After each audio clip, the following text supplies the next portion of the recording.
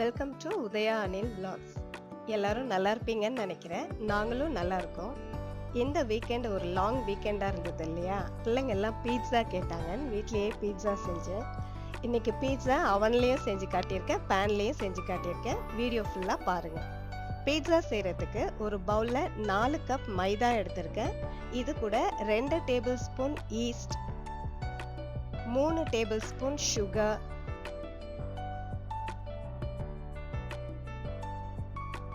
1 teaspoon உப்பு. இது எல்லாத்தையும் நல்லா கலந்துக்கிட்டு தண்ணியை கொஞ்சம் வெதுவெதுப்பா சூடு பண்ணி எடுத்து கொஞ்சம் கொஞ்சமாக தண்ணியை சேர்த்து பிசைஞ்சிக்கலாம். டோட்டலாக எனக்கு எந்த கப்பில் நம்ம மாவு அளந்தோமோ அந்த கப்பில் 1 கப் தண்ணியும் அது கூட ஒரு 3 டேபிள் ஸ்பூன் எக்ஸ்ட்ராவும் எனக்கு ஆயிருக்கு. இந்த தண்ணியை கொஞ்சம் கொஞ்சமாக சேர்த்து நல்லா மாவை பிசைஞ்சிக்கலாம். இன்ஸ்டன்ட் ஈஸ்ட் சேர்த்துருக்கிறதுனால நான் டைரெக்டாக மாவு கூட சேர்த்துருக்கேன். இதே நார்மல் ஈஸ்ட்னா ஈஸ்ட்டை ஃபஸ்ட்டு ஆக்டிவேட் பண்ணிக்கணும். ஈஸ்ட் எப்படி ஆக்டிவேட் பண்ணுறதுன்னு நான் ஏற்கனவே டோனட் செஞ்ச வீடியோவில் காட்டியிருக்கேன். அதோட லிங்கை டிஸ்கிரிப்ஷனில் கொடுக்குறேன், செக் பண்ணிக்கோங்க. இப்போ பிசைஞ்ச மாவை கொஞ்சமாக மைதா வச்சு டஸ்ட் பண்ணிவிட்டு ஒரு ஒர்க் பிளேஸ்க்கு மாற்றிக்கலாம். மாவை நல்லா தேய்ச்சி பிசைஞ்சிக்கிட்டு இது கூட ஒரு 3 டேபிள் ஸ்பூன் அளவுக்கு எண்ணெய் சேர்த்துக்கலாம். எண்ணெய் சேர்த்ததுக்கு அப்புறமும் மாவை நல்லா இழுத்து இழுத்து பிசைஞ்சுக்கங்க. டோட்டலாக ஒரு 8லேருந்து 10 நிமிஷம் நம்ம பிசைஞ்சோன்னா நல்ல ஒரு சாஃப்ட் டோ கிடச்சிரும். இந்த அளவுக்கு சாஃப்டாக இருக்கும். இதை இப்போ நல்லா டக்கின் பண்ணிவிட்டு நம்ம எந்த பவுலில் மாவு பிசைஞ்சோமோ அதுலேயே கொஞ்சம் எண்ணெய் சேர்த்து நல்லா எல்லா பக்கத்துலேயும் எண்ணெய் படுற மாதிரி தடவிட்டு மாவை இதில் வச்சு ஒரு 1 ஹவர் அப்படியே விட்டுடலாம். 1 மணி நேரத்துலேருந்து 2 மணி நேரம் ஆகும். நம்ம இருக்க இடத்த பொறுத்து இருக்குது. கூலிங் ஏரியாவாக இருந்ததுன்னா 2 மணி நேரம் ஆகும். ரொம்ப ஹாட் பிளேஸாக இருந்தால் 1 ஹவரில் ரெடி ஆகிடும். 1 ஹவருக்கு அப்புறம் இதோட சைஸ் டபுள் ஆகிடும். அதனால தான் பவுலில் எல்லா பக்கமும் எண்ணெய் தடவிக்க சொன்னேன். இல்லைன்னா மாவு அப்படியே எல்லாம் ஒட்டிக்கும் பேன்லேயே. இப்போது பீட்சா சாஸ் செய்கிறதுக்கு ஒரு 4 தக்காளி எடுத்து அதோடைய காம்பு பகுதியை நீக்கிட்டு அதோட இன்னொரு பக்கம் ஒரு ப்ளஸ் சைன் போட்டுக்கலாம். இது நல்லா தண்ணி கொதிக்கும் போது ஈஸியாக தோல் உறிஞ்சி வர்றதுக்காக இந்த மாதிரி செஞ்சுக்கிறோம். இப்போ இது எல்லாத்தையும் தண்ணியில் சேர்த்து இது கூட 5 வரமிளகாய், 3 பல்லு பூண்டும் சேர்த்து நல்லா கொதிக்க வச்சுக்கலாம். தக்காளியோட தோல் இந்த மாதிரி அதுவாக ரிமூவ் ஆகி வரும். அது வரைக்கும் கொதிக்க வச்சு இறக்கி ஆஃப் பண்ணி ஆற வச்சுக்கலாம். தக்காளியில் இருக்க தோல் எல்லாத்தையும் உரிச்சிட்டு ஒரு மிக்சர் ஜாரில் சேர்த்து இதை நல்லா அரைச்சிட்டு வந்துடலாம்.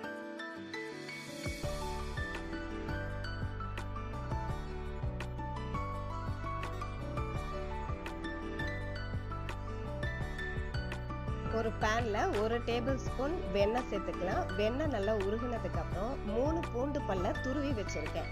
அதையும் இது கூட சேர்த்து நல்லா வதக்கிக்கலாம். பூண்டு நல்லா வதங்கினதுக்கு அப்புறம் 1 டீஸ்பூன் அளவுக்கு மிளகாய் தூள் சேர்த்து வதக்கிக்கலாம். மிளகாய் கரிஞ்சிடக்கூடாது, ஸ்டவ்வை சிம்மில் வச்சுக்கோங்க. இது கூட இப்போ நம்ம அரைச்ச தக்காளி பேஸ்ட்டை சேர்த்துக்கலாம். அதில் ஏதாவது அரைப்படாமல் திப்பி மாதிரி இருந்ததுன்னா அதை எடுத்துடலாம். இப்போ இதை மூடி வச்சு ஒரு கொஞ்ச நேரம் கொதிக்க வச்சுக்கலாம். இது இப்போ 2 நிமிஷம் நல்லா கொதிச்சிருச்சு. இதில் இப்போ 2 டேபிள் ஸ்பூன் சுகர் சேர்த்துட்டு ஒரு 1/4 டீஸ்பூன் அளவுக்கு உப்பும் சேர்த்து இதை நல்லா கலந்துக்கலாம். திரும்ப இதை மூடி போட்டு ஒரு கொஞ்ச நேரம் கொதிக்க வச்சுக்கலாம். நல்லா கொதிச்சதுக்கு அப்புறம் 2 table spoon tomato sauce, 2 table spoon chilli sauce சேர்த்து இதை நல்லா கலந்துக்கலாம்.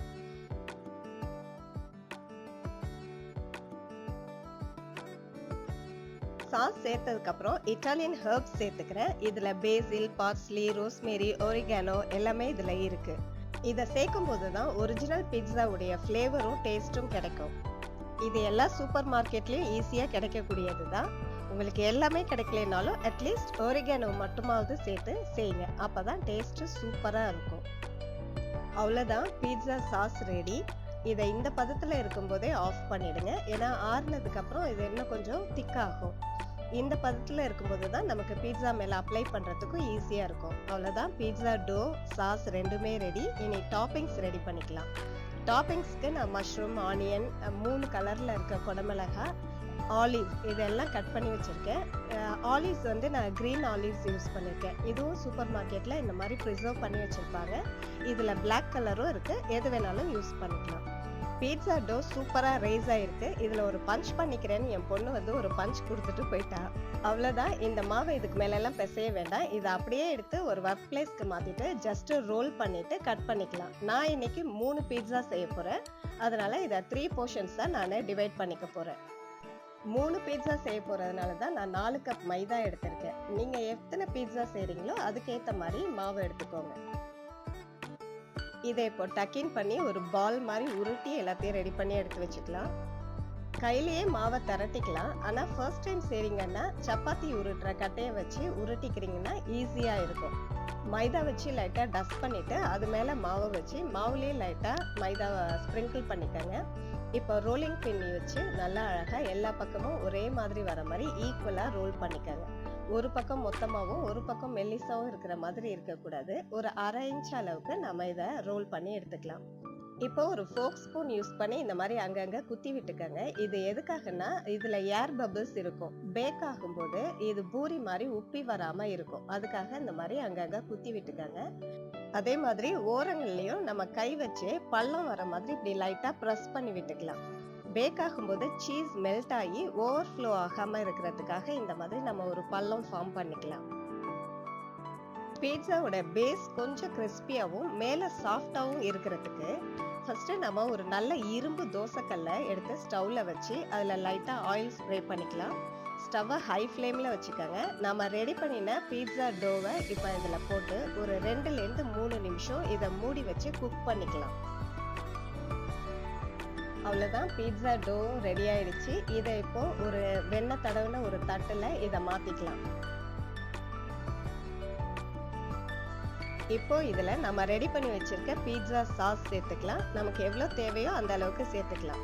நல்லா ஸ்பைசியா பிடிக்கும்னா நிறையவே சேர்த்துக்கலாம். இதுலனா ரொம்ப ஸ்பைசியா இருக்காது. இதுல ஸ்வீட்டு, புளிப்பு, காரம் எல்லாம் கலந்து இருக்கும். இதை நல்லா அதை நம்ம பள்ளம் பறிச்சு வச்சிருக்கோம்ல அது வரைக்கும் வர மாதிரி ஸ்ப்ரெட் பண்ணிக்கோங்க. ஸ்ப்ரெட் பண்ணதுக்கு அப்புறம் இது மேல மொசரெல்லா சீஸும் போட்டுக்கலாம். சீஸ்லாம் நம்மளோட இஷ்டம் தான், அளவுன்னு எதுவும் கிடையாது. நமக்கு சீஸியா பிடிக்கும்னா எவ்வளவு சீஸ் வேணாலும் சேர்த்துக்கலாம். அடுத்து டாப்பிங்ஸ்க்காக இது மேல நம்ம கட் பண்ணி வச்சிருந்த ஆனியன்லாம் சேர்த்தாச்சு. 3 கலர்ல இருக்க குடமிளகாய் இது எல்லாத்தையுமே இதுல சேர்த்துக்கலாம்.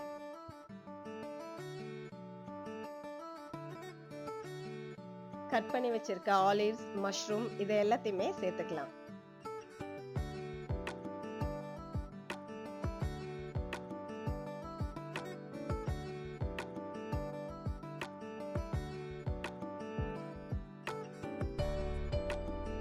டாப்பிங்ஸ் எல்லாம் சேர்த்ததுக்கு அப்புறம் இது மேல திரும்ப கொஞ்சம் மொசரெல்லா சீஸ் போட்டுக்கலாம். மொசரெல்லா போட்டதுக்கு அப்புறமும் அதுக்கு மேல கொஞ்சம் செடார் சீஸும் சேர்த்துக்கலாம். இந்த செடார் சீஸ் சேர்க்கறதுனால பீட்சாவுக்கு ஒரு நல்ல கலர் கொடுக்கும், இன்னும் நல்ல சீஸியாவும் இருக்கும்.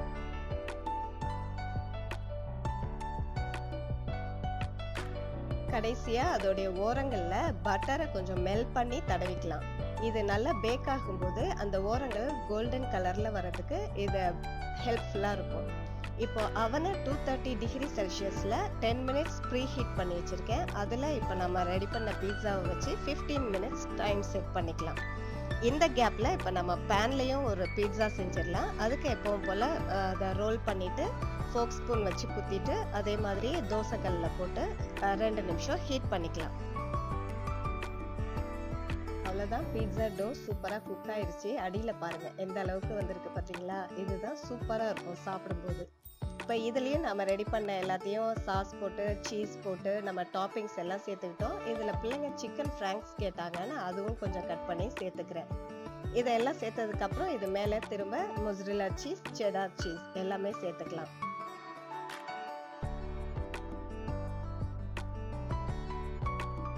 ஒரு பேன்ல அடியில மணலோ இல்ல உப்போ போட்டுக்கங்க. நான் உப்பு சேர்த்திருக்கேன். இதுல ஒரு ஸ்டாண்ட் வச்சு இது ஒரு மேல மூடி போட்டு ஒரு 5 நிமிஷம் நல்லா ஸ்டவ் ஹை ஃப்ளேம்ல வச்சு இதை சூடு பண்ணிக்கலாம்.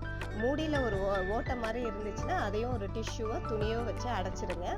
இது இப்ப நல்லா ஹீட் ஆயிடுச்சு. நம்ம குக்கர்ல அடியில வைப்போம்ல ஒரு பிளேட், அதை இப்ப வச்சு இதுக்கு மேல நம்ம ரெடி பண்ண பீட்சாவை வைங்க. வைக்கும்போது கவனமா வைங்க, நான் சுட்டுக்கிட்டேன். அது மாதிரி பேனுக்கும் நம்ம வச்ச பீட்சா பிளேட்டுக்கும் இடையில கேப் இருக்கணும். பிளேட் வந்து பேன்ல டச் ஆகக்கூடாது. இப்போ இதையும் மூடி வச்சு ஒரு 15 நிமிஷம் நல்லா குக் பண்ணிக்கலாம்.